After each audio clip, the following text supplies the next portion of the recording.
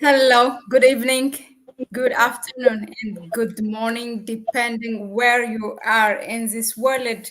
Welcome to Connect Africa. So, for today, our topic is we have been saying about this. So, today is the day on Aliko Dangote and, in general, the oil industry in Nigeria, which can be also reflected in other countries in the continent. Welcome, Kwame.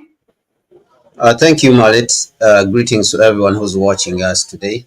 Uh, we are reaching you out. We are reaching out to you from Connect Africa.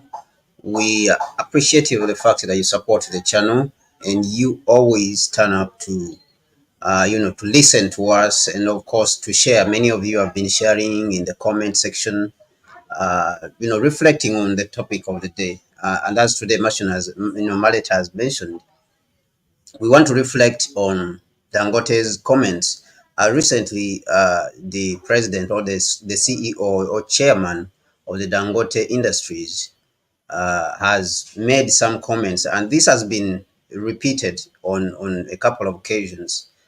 Recently, when he was in Bahamas, where the Africa Import and Export Bank held its annual meetings, and earlier on, when he was in Kigali, Rwanda, at the Africa CEO Summit, which was hosted by President Kagame. So he made some comments, and it is those comments which we are going to reflect on the challenges he faced during the building of the refinery and other challenges that he talked about. So these are the things that we will be reflecting on today and see where is Africa going now. Are we in the right direction as the African continent? Because this is the richest man or richest black man on the planet.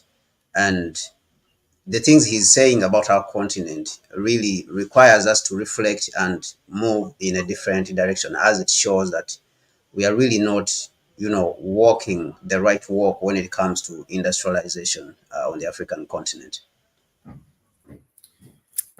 Yeah, so back to me, I guess, as Kwame said, it is his comment, or rather, revelation in this conference in the Bahamas, at the Afri Exim Bank. It was an annual meeting, so where basically he said that, or he revealed local and foreign mafia tried several times to sabotage his 19 billion refinery. They almost prevented it to be, present, or to reach to the final line.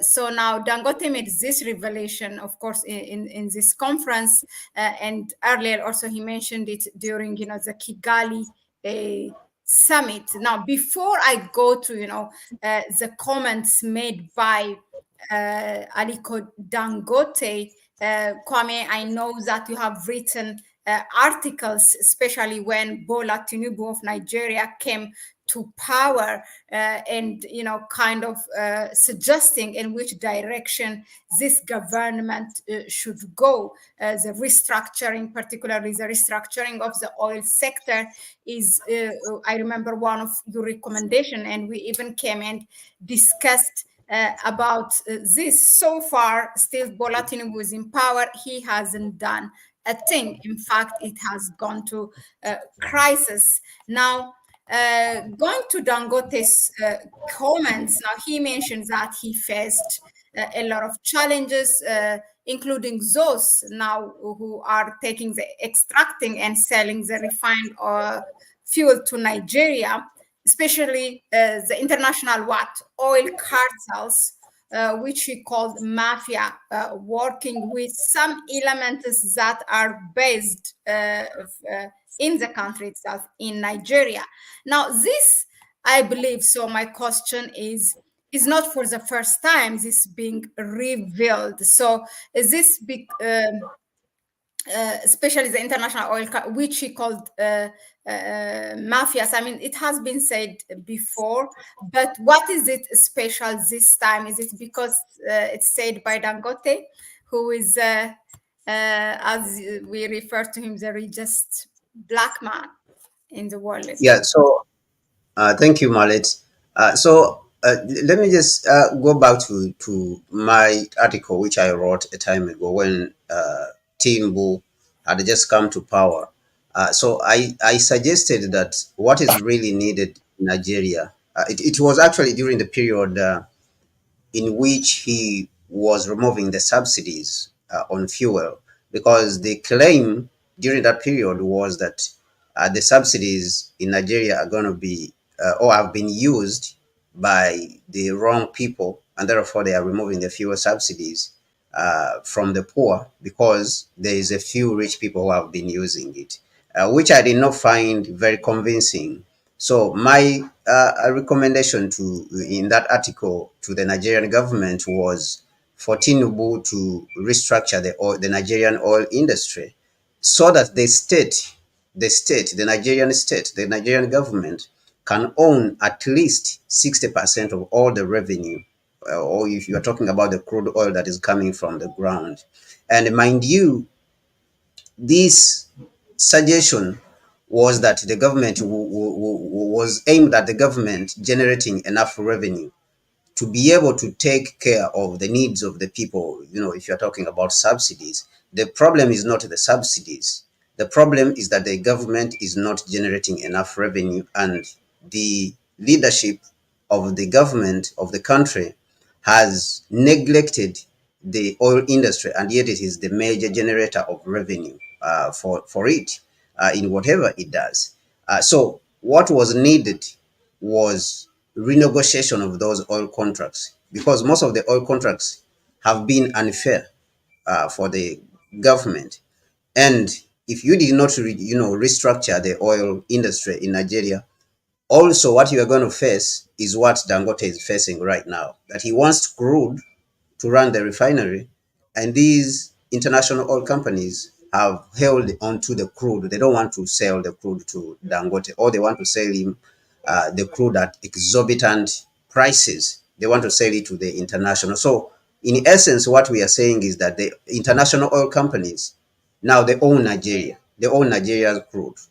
So Nigeria doesn't own the crude. Now the international oil companies, they own the crude according to the contracts which were signed. So Dangote has to struggle, has to complain before he can get the oil, which is ridiculous.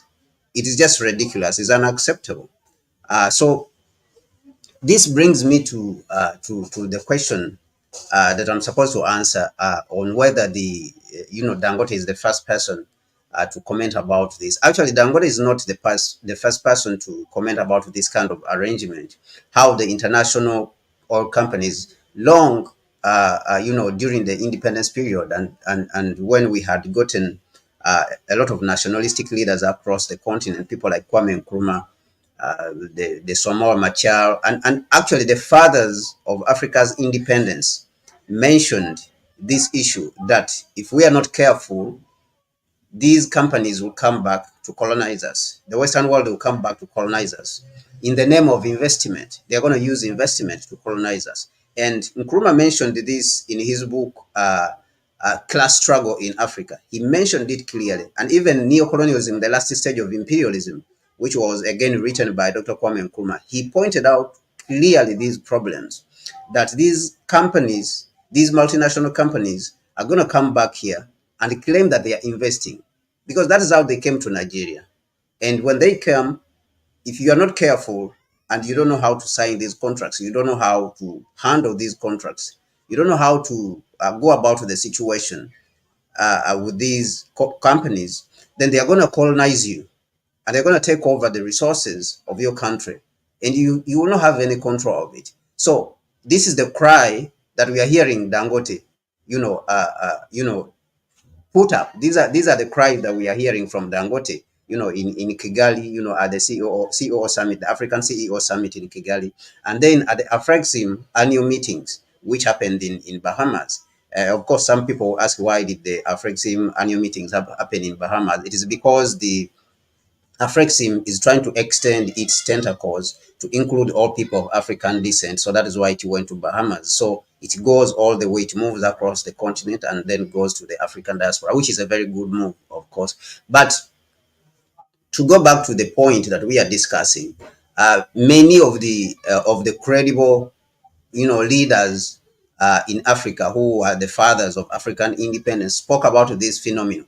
And what Nkrumah suggested could be the solution to these problems that we are facing, that these corporations come and take over our countries and take over our resources, was the unification of Africa so that we can plan together for our resources. And of course, unfortunately, many of the African leaders did not listen to Dr. Kwame Nkrumah. So when we talk about Pan-Africanism, this is what we are fighting for. This is the practical thing that we are fighting for: the unification of Africa so that the resources can be controlled by us, the Africans.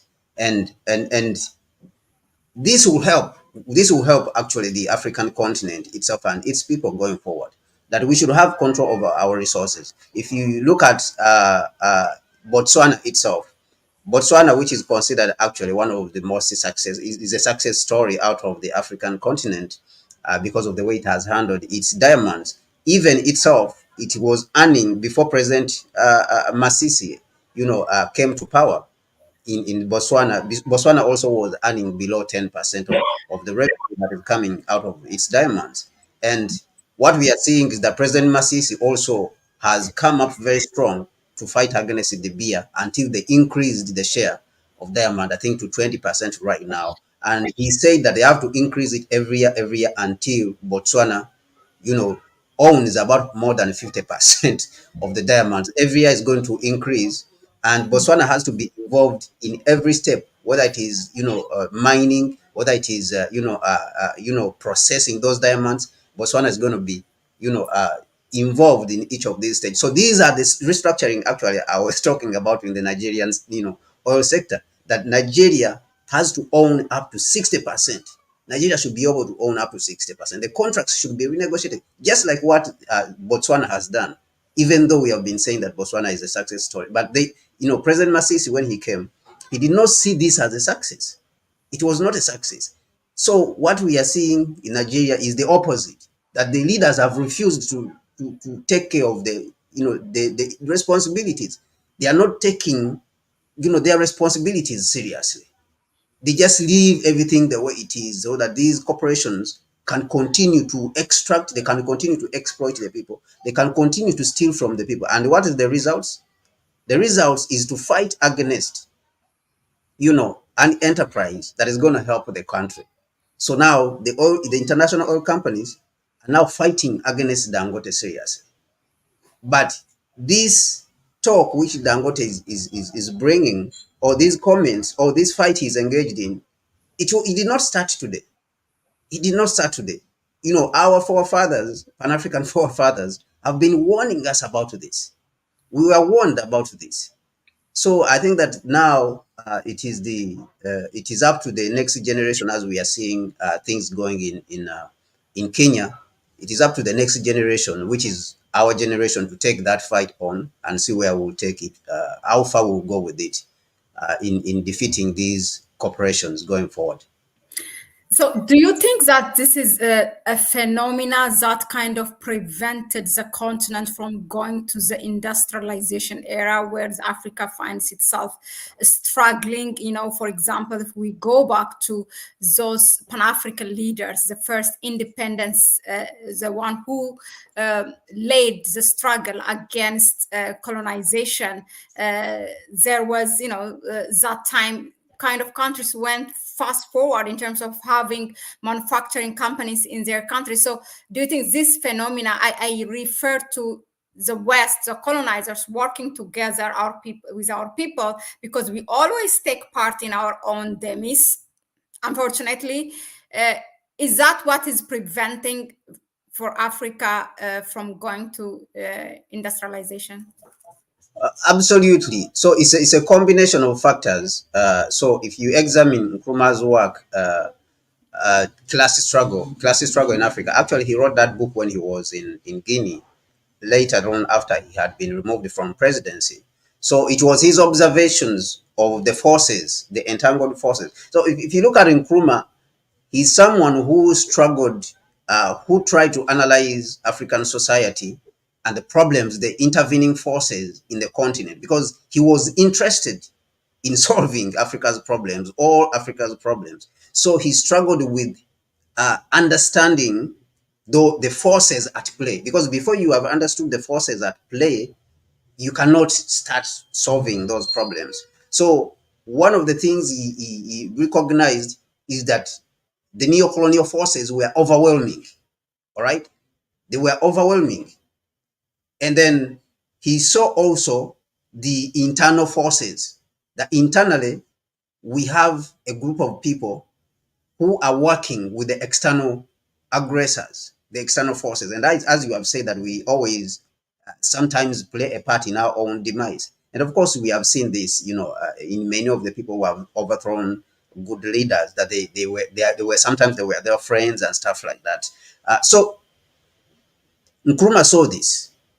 He outright saw this, and it goes all the way back to that independence period. That in 1960s we got nationalistic leaders. A lot of industries were put up.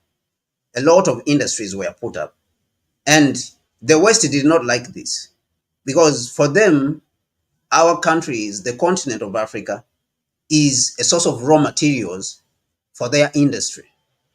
That is number one. Number two, this continent and our population is a source of market for their products. So they just want to come and extract the raw materials from the continent. And of course, also the labor. They want to extract the labor, as you have seen that these days they advertise to take out the best of the some of the smart people on the continent. All those smart people, that they are bright in science, mathematics, and stuff like that. They normally extract them and take them. And the market. So they want to manufacture the products from our own material resources and bring them. Now, when you industrialize your country, then you are not going to buy products from them. And at the same time, they are not going to have the resources to run their country. And if you look at countries like Europe, European countries, you look at continents like Europe, it's a very small continent. And that is why they came out and went to the US, went to Australia to conquer those lands, because the place is small and it doesn't have resources. It doesn't have resources. So the only way for them to survive is to depend on others' resources. And we have seen this with France, that France, when it was sacked from Niger, Mali, Burkina, it doesn't want to go.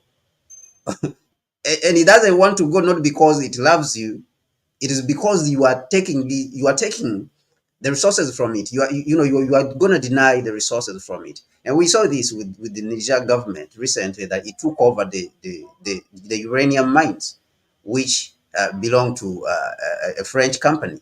So this is the scenario that we are faced, which is very difficult. That when you go back to the 60s, you see a deliberate struggle to remove leaders who had industrialized Africa. Africa by 1970 had captured about 7% of global manufacturing. 7%. When you're talking about international industrialization, Africa had 7% output of the international industrialization. When you go today, we are less than 4%. Why? The IMF came in there to intervene, to stop or to slow down the process of modernization of African economy, and industries were destroyed. So these are the problems now which we are facing. That what they did way back in the 1960s and the 70s with the IMF intervention, where they say privatize, don't run with. Yet during that period, the only people or the only group which had or what was going to be the only source of income for us to be able to participate in these big industries was the state. We did not have entrepreneurs. Our private sector was non-existent during that period. Even today, But even though on that note, that's really good, because I want you to elaborate on that point. The other thing that we need to raise is we need a clarity, because the so-called international institution comes and advise our governments to go to in the West, include the governments, the government of the West, and then the so-called financial institutions, which you one mentioned, IMF and World Bank, advise these African leaders to sell their entity or the company to private sectors, and they have built this image of private sector as the only credible one. But yet we have also national companies which are owned by the state, like Ethiopian Airlines, which are doing very well. So it's not only the government. By the way, I have heard people also, like ordinary citizens like me, really supporting the private sector than state-owned company. So please reflect on that. So so what we want to be clear here is that we are not indicting that the private sector doesn't have a role to play in in the organization of a country. The private sector has a very big role. It's supposed to be the biggest.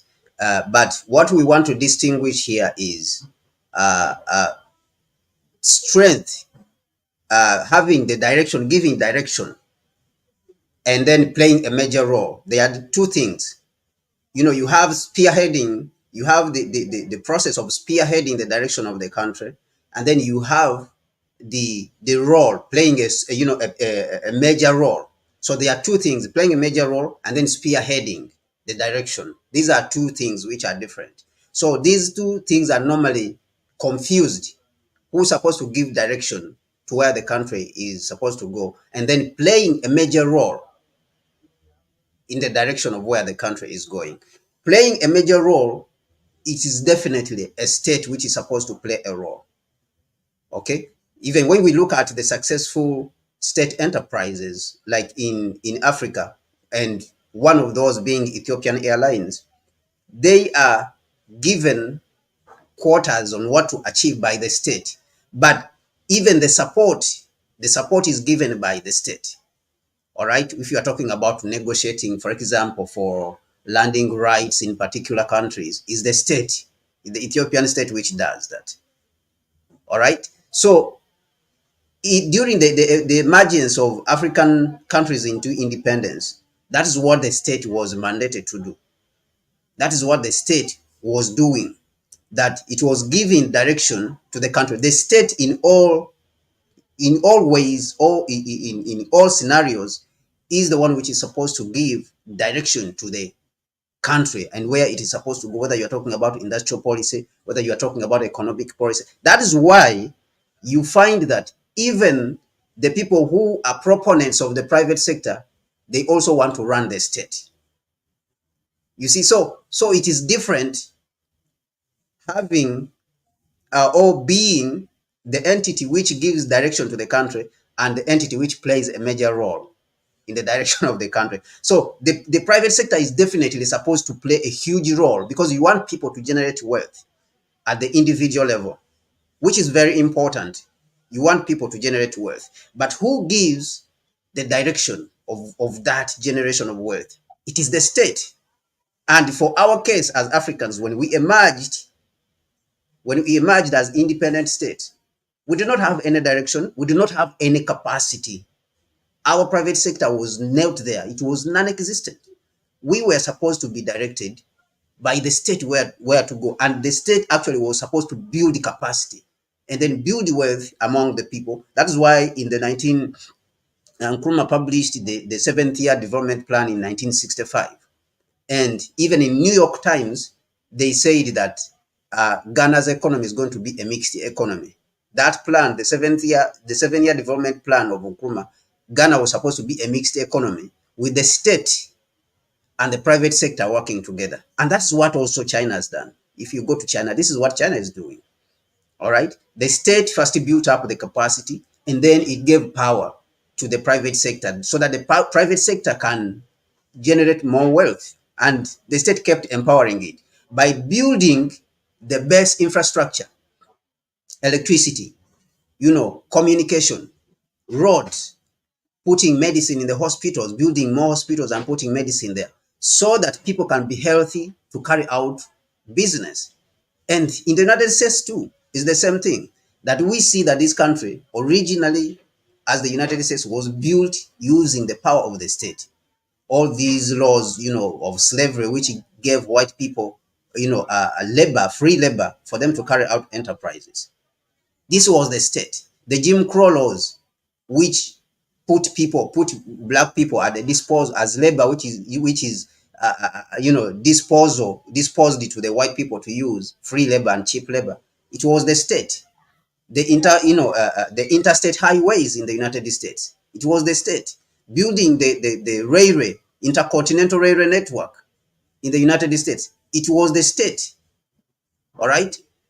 Today, we are talking about the CHIPS Act, the Inflation Reduction Act, which is the new industrial policy which is being championed by Biden under the guardianship or the architect, who I call the architect of this industrial policy, who is called Jake Sullivan, the national security advisor of the Biden administration. It is the state. They are using the state, dispensing out more than 60 billion, 40 billion, you know, to the chips and industrial sector, and then to the renewable energy sector. It is the state.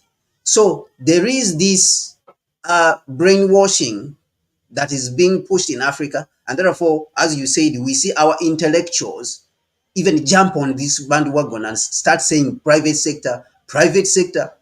But in reality, what is going on in the West is different. It's different. These people are carrying out a mixed economy.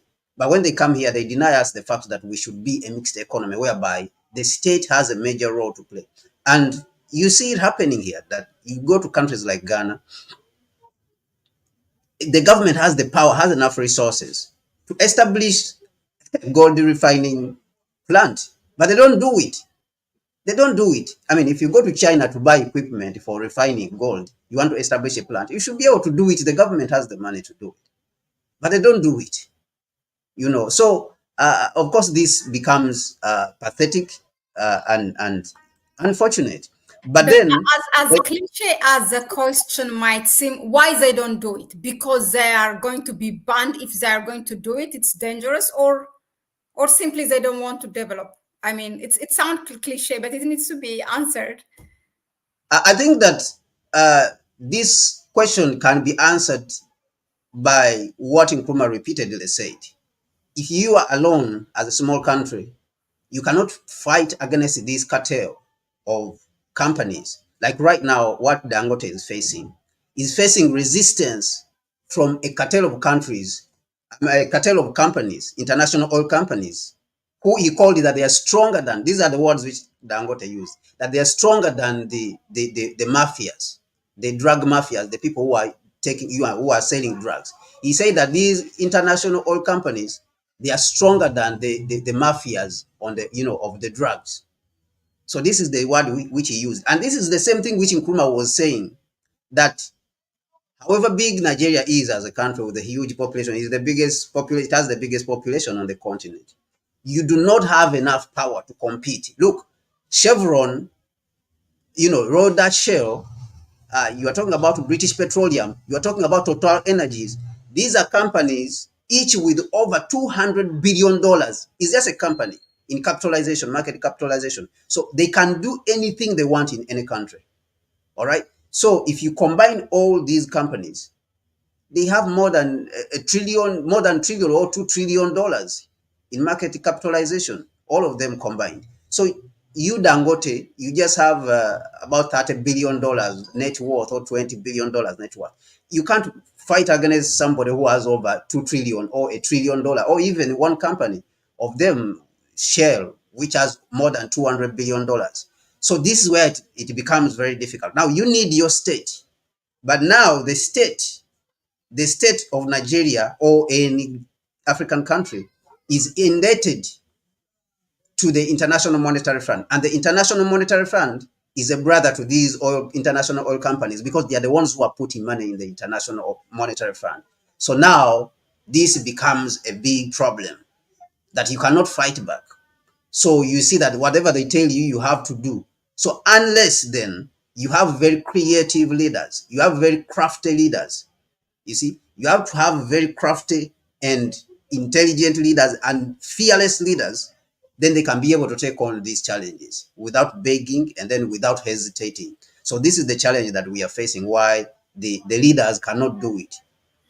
So then this in this, that is why Nkrumah prescribed unifying the continent. Unify and be powerful. You don't have any other option.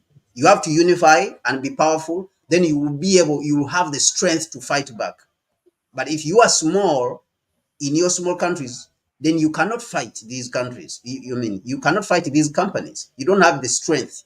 You don't have enough strength to fight this kind of money which they have, these people, and the backing of Pentagon. They have the backing of Pentagon and the United States Department. So they are working together, and this is what people should not discount. These people are working together, so it is so powerful. The coalition is so powerful that as a Okay. small country, you cannot fight it alone. Perhaps quickly, if you can comment, Biden's tariff on China, maybe it will help us also more to understand.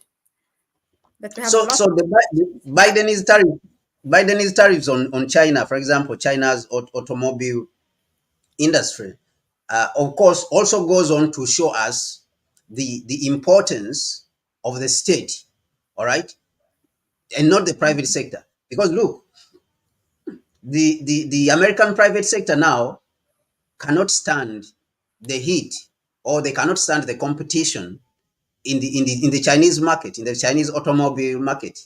Now, what have they done? Because they cannot compete over there, they run to their state. They run to the American state to protect them. Now, America and the Biden administration came out to protect its private sector within the United States by imposing tariffs on the Chinese automobile industry because its companies cannot compete, which is the opposite in African countries here. The state does not in Africa here is very difficult to see a country or a government which is protecting its corporations or its company, the local industries. It's very difficult to see it. So now the Biden administration decided to put 100% on the Chinese automobile industry to protect the Ford, to protect General Motors, to protect Tesla, because they are fearful that China is coming in a major way. So this again shows us that it is the government of Nigeria which is supposed to protect Dangote, because this is our industry. The Dangote refinery, the Dangote and all his industry. Dangote Industries is our company, is our African company. So without hesitating, the Nigerian state is supposed to come out and protect Dangote. It has to do it by all means necessary, without hesitating at all. But you see that it is now hesitating. It is now giving lukewarm statements, muted statements, which are not clear whether it is doing. So this is the fear that they are fearing, these international oil companies, and of course it is worrying and it is a problem. But I think that the Nigerian people, they have to stand up and put a lot of pressure on this, or even the whole African continent has to stand up and put a lot of pressure.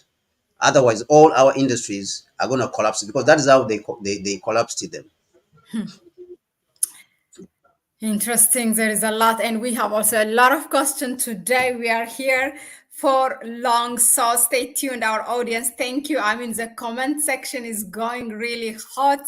I'm going to read some in the middle, but one interesting thing, the Jumba, was it the Juma Botik who said that these cartels, some of them are actually former retired militaries. Now, I don't want us to go there, meaning later on maybe we'll give it a part. Now, still on the comment of Dangote. Now, another thing is Kwame, what he mentioned in his revelation, I would rather call it, very passionately, that he has been doing in so many occasions, in the Afrexim Bank, in the Caribbean, also in Africa, in Kigali, the issue of local investors versus foreign investors. Now, this is what we call this FDIs, the foreign direct investors. Now, he said this, it is Africans who will invest and develop the continent.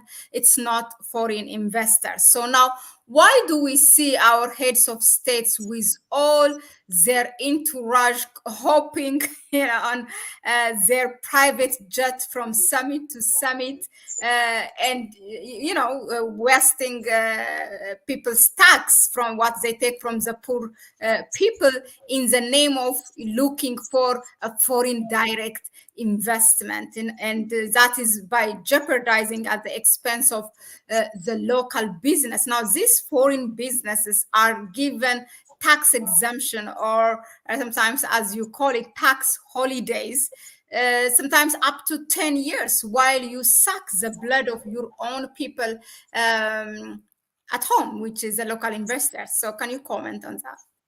Yeah, so yes, that's one of the things which he mentioned, that uh, I mean, this is something which the many Pan Africans have said. Even Nkrumah, Walter Rodney, and all others. So it seems that to a certain extent, the Pan African voice is drowned out, and this is a strategy of imperialism to do this. That our voices are in many cases drowned out. What we say is disregarded as not important, because Pan Africans have been saying that it is the let us use our resources, the resources which we have. In fact, Dangote says that it is the local success. If you have success locally, is when the foreign direct investment is attracted to your country. All right, you organize yourself, and this is what China did. This is what Singapore did. This is what Korea did. All these countries, including Japan, this is what they did. But now, what we see is that our heads of state in Africa, they make it as if foreign direct investment is the primary development tool for the country. All right. So this is what they have employed as their strategy. And as you mentioned, they go out all over the world saying that they are going to attract foreign direct investment. You hear EU Africa Summit, US Africa Summit, Japan Africa Summit, Turkey Africa Summit, India Africa Summit. All these are enterprises which are aimed to attract foreign direct investment. And this is what Dangote is saying. He's saying that what is going to develop our continent, Africa, is not foreign direct investment per se without local investors. It's the local investors who are going to do this. And you look at people like President Museveni, they are the ones who have been moving in this kind of thing. People like Akufo-Addo, and all of them, including the Ramaphosas, all of them, almost all of them, the African leaders, that's what they have been doing. That they put foreign direct investment before the local investors, the local businesses who are in the country. They are not given tax holidays. The foreigners, when they come in, they give them tax holidays, 10 years. All right.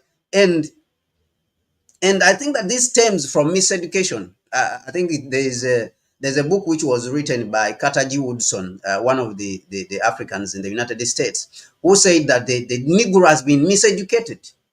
They give him the wrong thing, and he's not paying attention to what the people who are educating him are doing. All right. So look, they tell you in your school, they tell you that the private sector is all there is. So this comes all the way from education. And if you look at all the leaders in our country, the people, the heads of states in our country, you see that all of them are mentioning sustainable development goal, sustainable development goal. But there's no such thing as sustainable development goals on which a country should be built. Millennium development goals, a private sector. So they take these catchphrases from the West and Western publications and education systems and seminars, and they come and pound it and they pump it across the African continent, which are not true. So I think that there is a need for the intellectuals on the continent themselves to decolonize themselves. They have to accept that we have to have a new way of developing. And I think that this is what Dangote is trying to point out. He's trying to point out not only to the ruling class on the African continent that you have to change direction in how you guys are governing the country, but also you have to change your narrative. So he's pointing out to the ruling class in Africa, and also the intellectuals on our continent, because they themselves have been misleading. You go to classes to learn, and this is what they're pounding out. They're pumping out private sector, sustainable development goals, this and that. And yet there's no country which has developed on all these things that they are pounding out.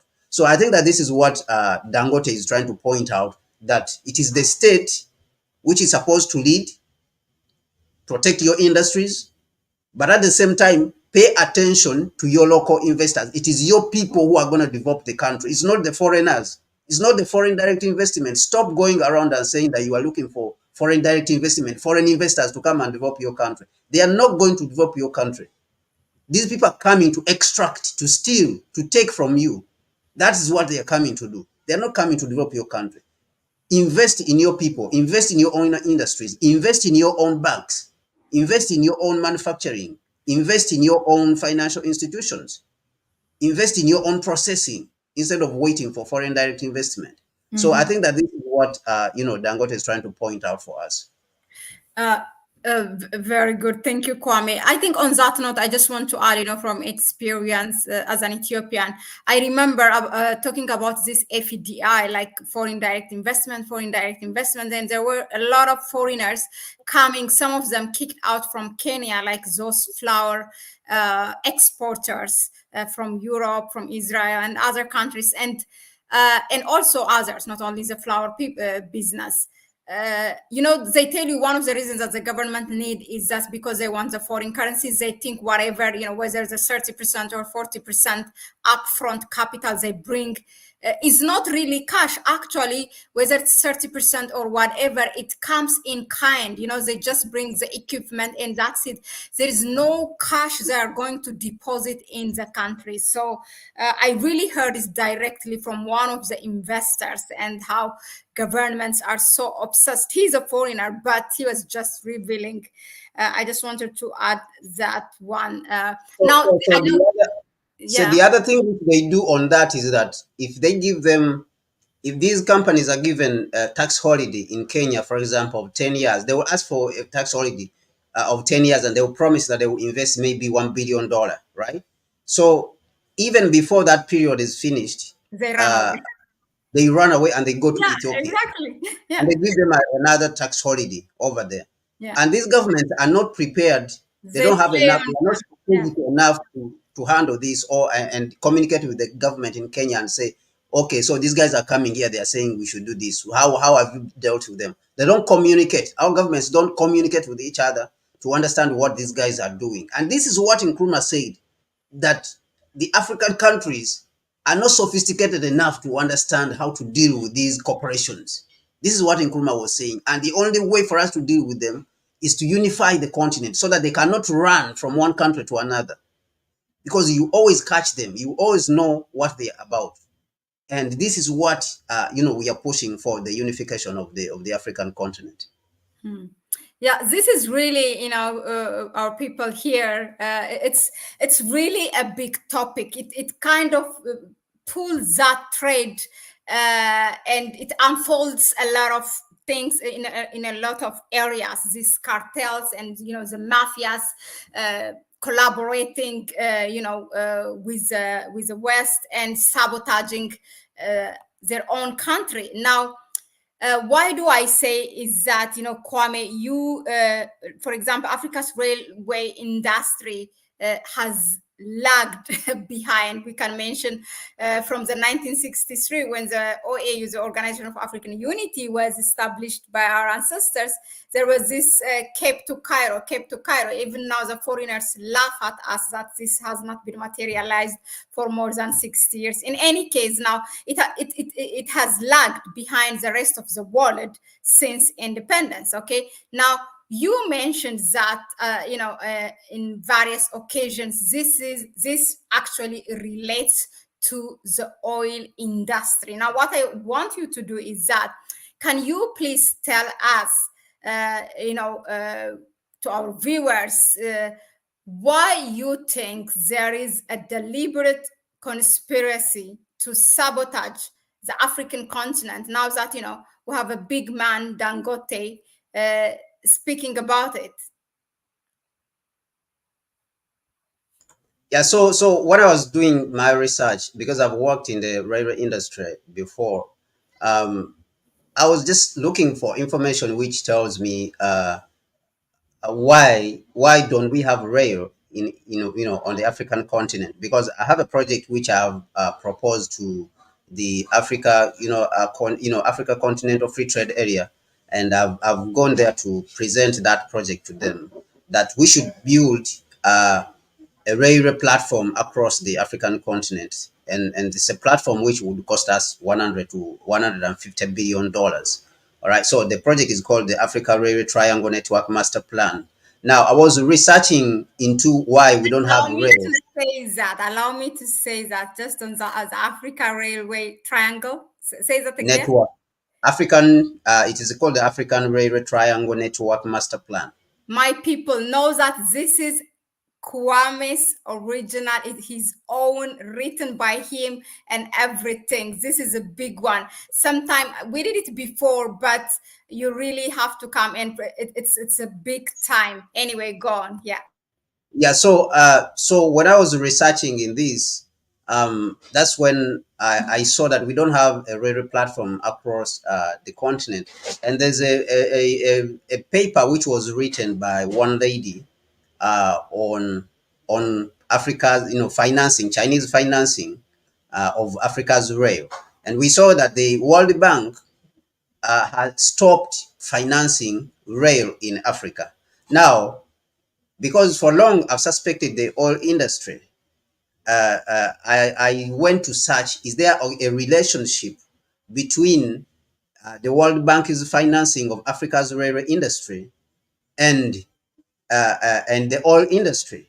So I realized that Africa's oil industry, Africa consumes about $300 billion of oil, every day on the continent.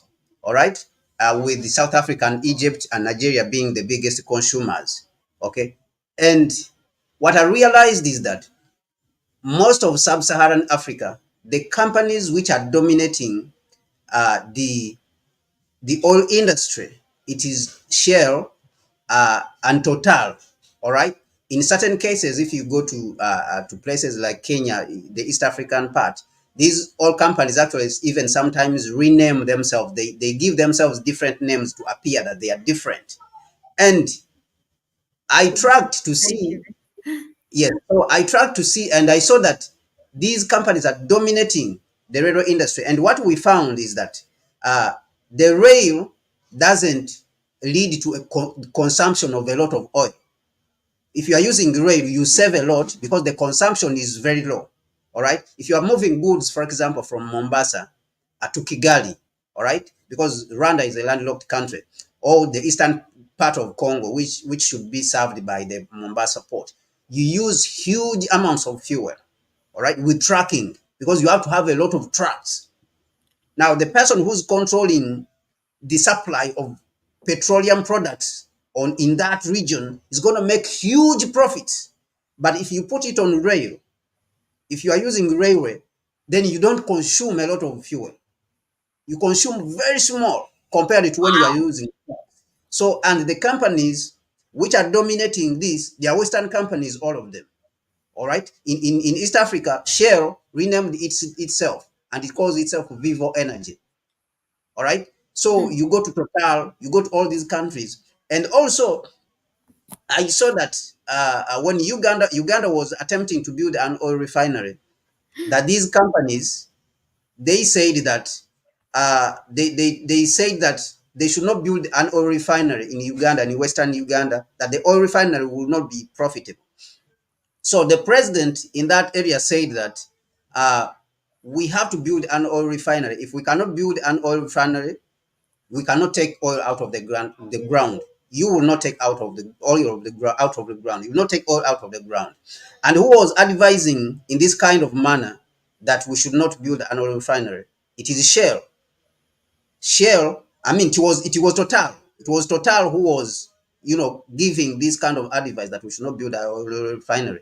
Now, when the Uganda government did more research, it realized actually that if we build this oil refinery in East Africa, it's going to be one of the most profitable in the world.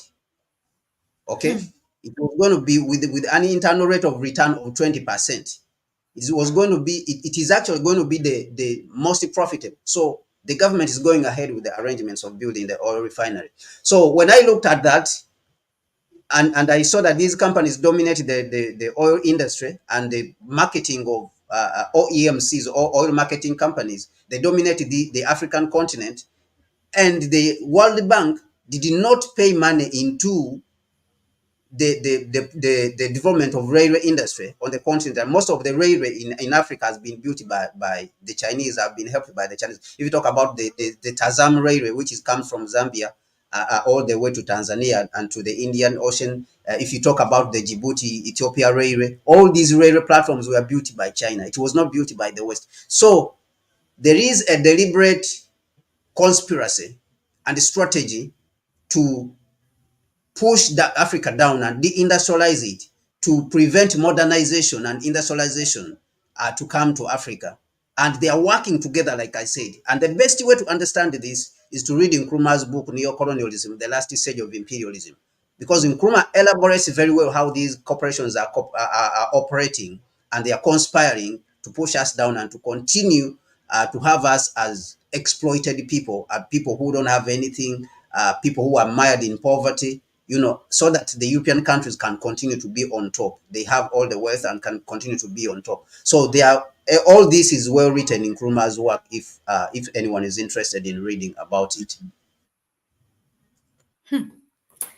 A very interesting revelation. I just want you, I don't know, maybe I lost connecting the dots, because today here at Connect Africa, I talked about, I was with our short briefs news that are coming, and especially, I follow the Sahel Alliance states, and Niger, because of its tension and its clash with Benin, it cannot continue now using that pipeline that is built. Niger is a landlocked country, so there's a pipeline going from Niger to the Benin's Cotonou port, which is about 2,000 kilometers. Now they have to abandon that because Benin has become openly to serve France. So, and they're sabotaging and attacking that pipeline. And now they are looking for an option again to build another pipeline to Chad. I don't know if it has a connection at all, but I was asking our viewers, to comment what is really a solution for landlocked countries like this. Now, it cannot even sell its oil because it doesn't have a port, and those neighboring countries are, on and off. And Chad has also invited now again the US military back to their country. What is the trust there? What is the solution for Niger? If you can just advise on that note. I don't know even if it's related with this. Yeah, so I think it's very difficult. It's very difficult now. It will be very difficult because if it has to build through all the way through Guinea. Guinea also is not very trusted, but it's going to be very difficult. But a It's going railway to can be. be a solution, or first the Yeah, so pipeline? the railway, yeah, definitely the railway can be a solution if you take the oil by railway. It could be, but also the construction is a problem. So now that has to be in the framework of what we are talking about, the continental railway platform. If you build a Mhm. continental railway platform, then definitely you're gonna have a solution. If you look at the map on how Niger is located, that could be now the only solution, because our railway platform actually passes through Niger also. So when it is coming from the north all the way, it passes through Niger and then it goes all the way to the port in Freetown, Sierra Leone. So definitely that would be a very good solution to solve Niger's problem in the long term. But in the short term, I think that they have to find a way of how to work with Benin to be able to take that oil to the coast. Yeah, very sad, but I hope, yeah, it relates with, Yeah, because the pipeline was built with the help of China. So I yeah, think that China, yeah, in the first place, when they had this conflict at first, China came in and intervened, and yeah, they were able to calm each other down, and they were able to pump the oil through. But then Benin again was abducted or kidnapped some Nigerian citizens and called them spies. And then that's when Niger also got annoyed and said they will block off and close off the oil and stop passing it through. And of course, both Benin and Niger are losing. But I think that if the Chinese come in, and also the African Union, which is not doing its work, has to come in and intervene in these kind of situations. Especially the African Union is not doing its work. It's really not doing its work, which it's supposed to be doing. So they should be in here to be able to calm down, this situation. Yeah, thank you, Kwame. That's because one of the things we also want to, suggest solutions. So that's why. Now let's move on with our topic related to Dangote. Now, this group of mafias, now Aliko Dangote came and make a big revelation, and this kind of incidents does not really end up very well. Now, should we be worried about, so to speak, Dangote's life now that he is openly speaking about these international cartels who are collaborating the West together with our own people at home. And also, he's advocating for Africa's self reliance and for governments to support their own investors at home. So, in which, these are the things the continents are, the countries are importing 100%, and still where we import 62%.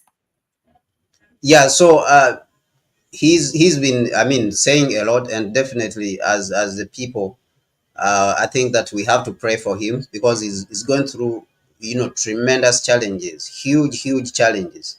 Dangote is really, going through huge challenges. One of the things he said is that for the last 35 years, there has not been any oil refinery that has been built in sub-Saharan Africa.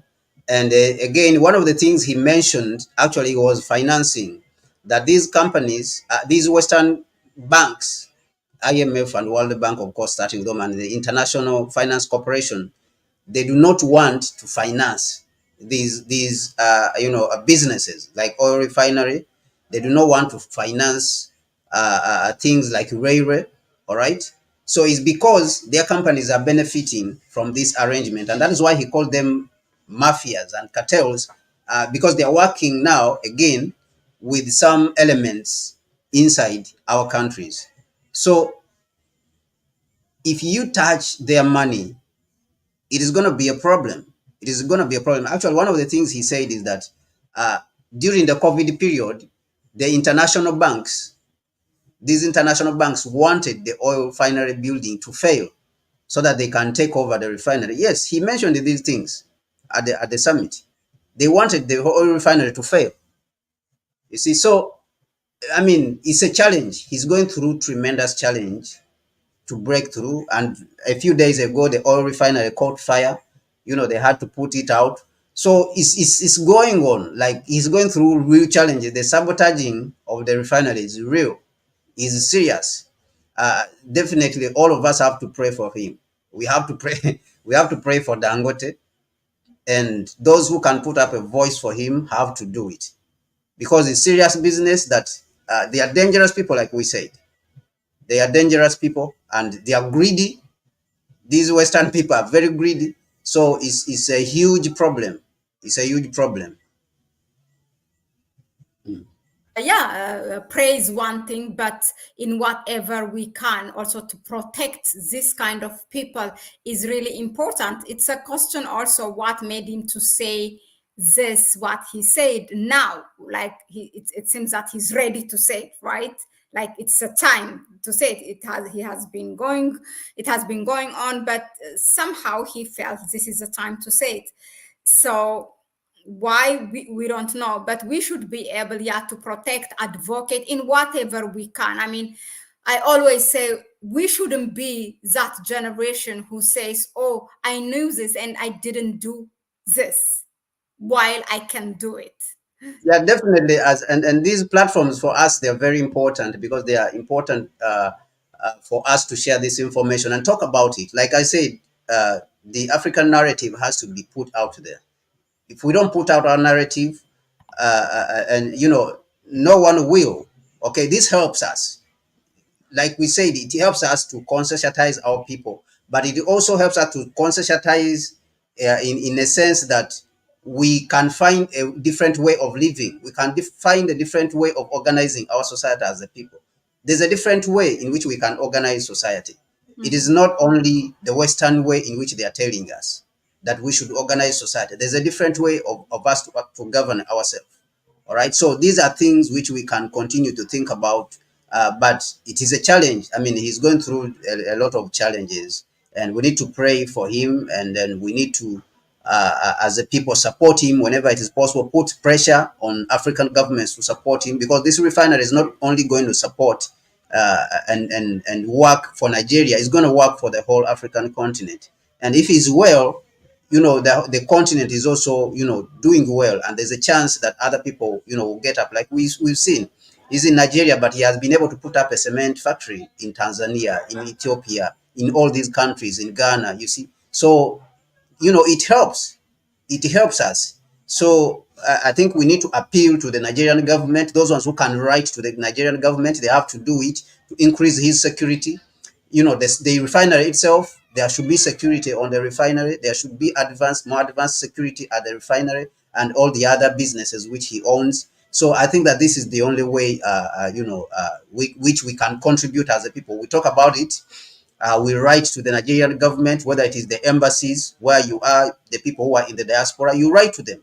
I mean, the embassies in the diaspora, Nigerian embassy, or African embassies in the diaspora, you can write a letter and walk in there if you are living in the diaspora, and you say, this is what we think should be done to protect our citizen, our industrialist, in Africa, who has been suffering the aggression of these Western, international oil companies and their governments who want to sabotage Africa so that Africa does not grow. I mean, there's a lot of things which we can do. You see, Yeah, there's a lot and of things we the can do. Nigerian diasporas here should Yes. do something. And I'm sure our governments now, they want to avoid anything that look like, that quacks like what's going on in Kenya. So perhaps they will listen before something breaks out. So yeah, all Africans who live in the diaspora and also Nigerians particularly as well should do that. And do something that you would be proud of, to tell your children that you have done something. It's not just the history. We are history in the making. So at least, okay, we come and talk about that, throwing really 1 cent or 2 cents of it. But if there's something that we can do in our capacity, we did that. I mean, during when Ethiopia was facing this media war, uh, when there was a war in the northern part of the country, we did write letters from the Pan-African World. But yeah, that is that. But what is interesting is that why is it so much with this oil thing? Look at now Niger. These are extras. We are through with the questions that we have planned.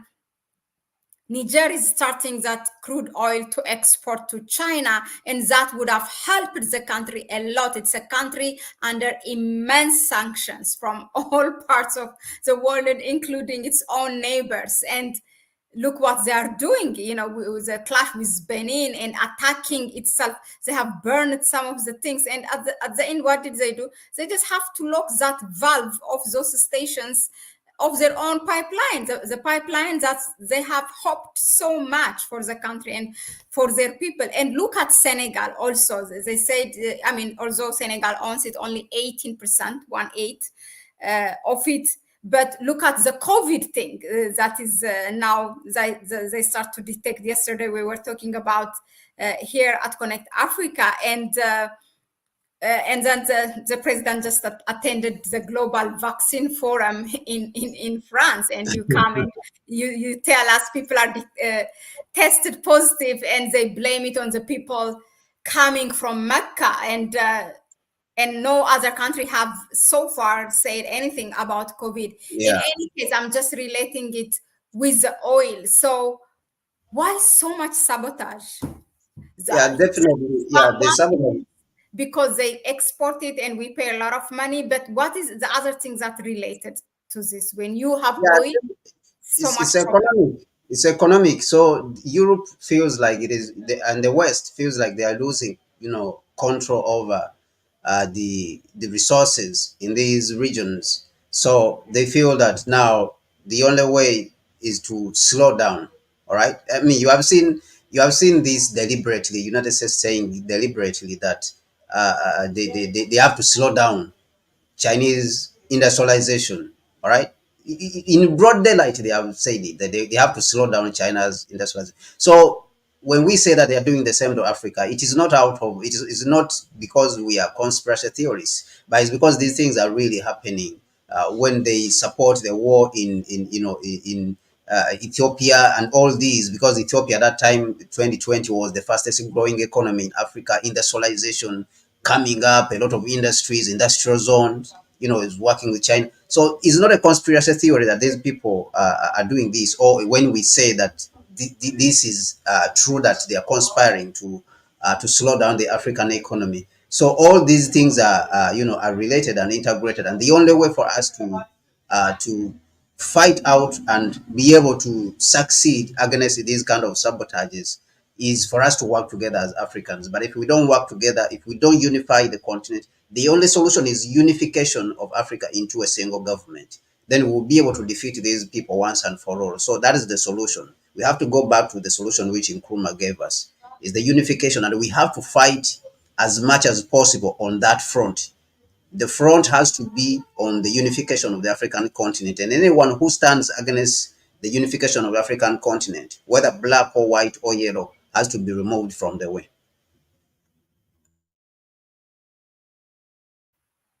I agree. Yeah, indeed. Let's go to the comment sections. Now it has been really active hotline here in the chat section. And I will go, from bottom up. Okay. So WS Banker, United States of Africa, yeah, Zuma, the last man standing. Let me see. De Juma. The West have never been predisposed to competition.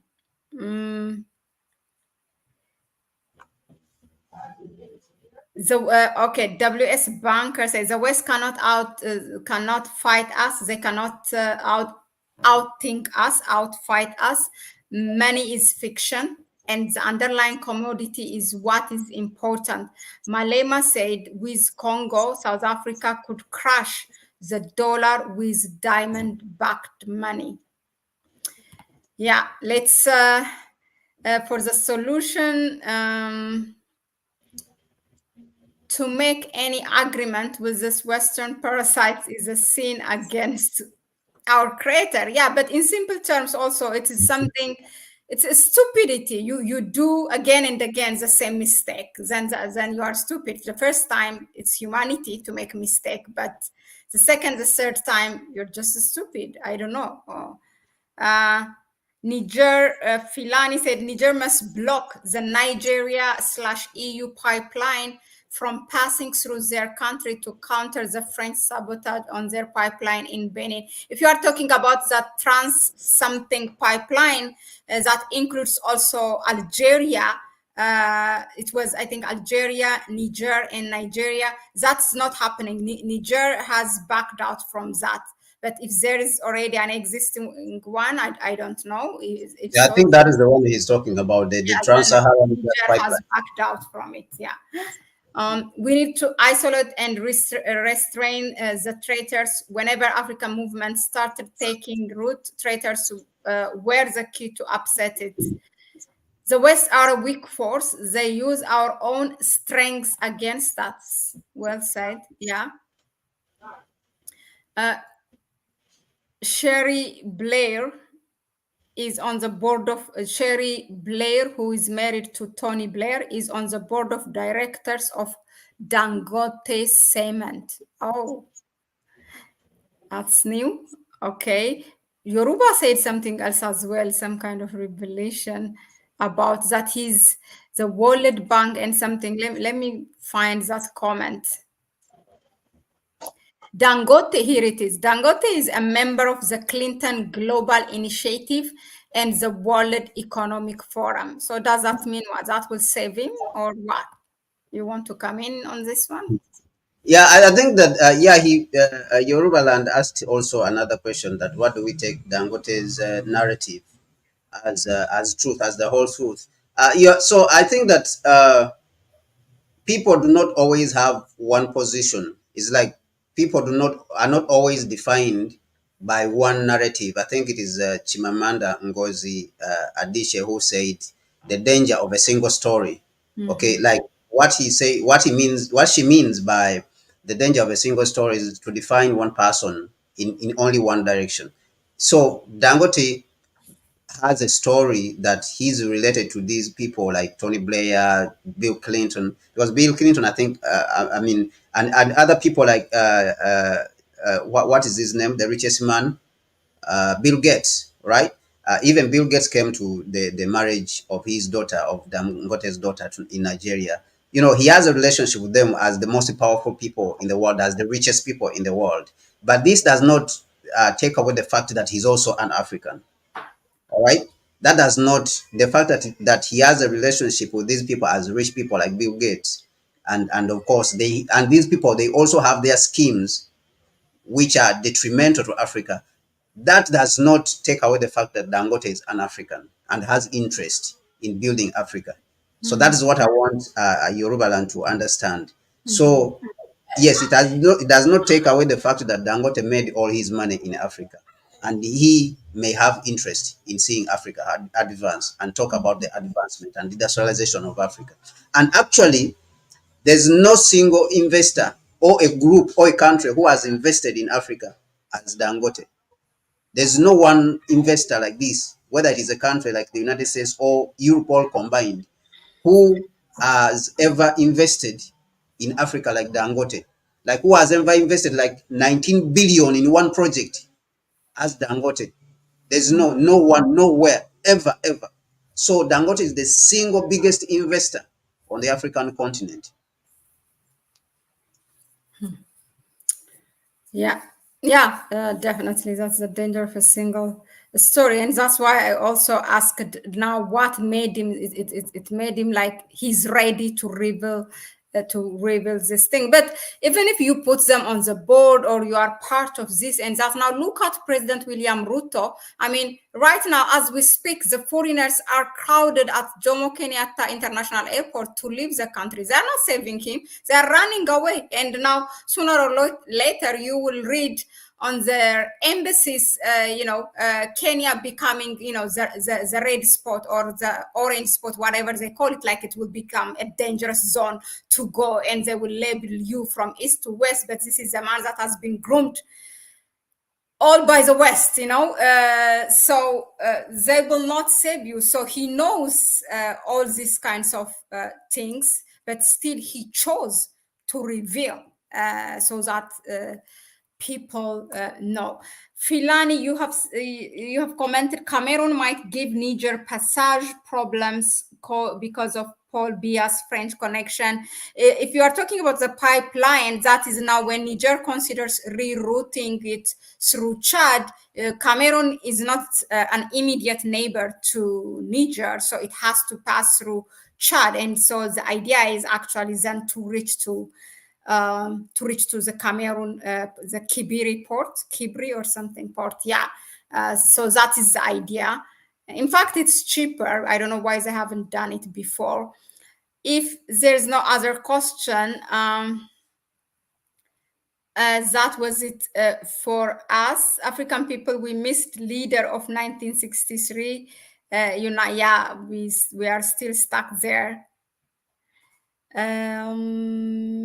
That was it. Yeah. Yeah, somebody said it was the Juma. Some former retired military officers are part of these cartels. Yeah, so internally, even internally, there's some people internally, and that is mostly politicians and the middle class people.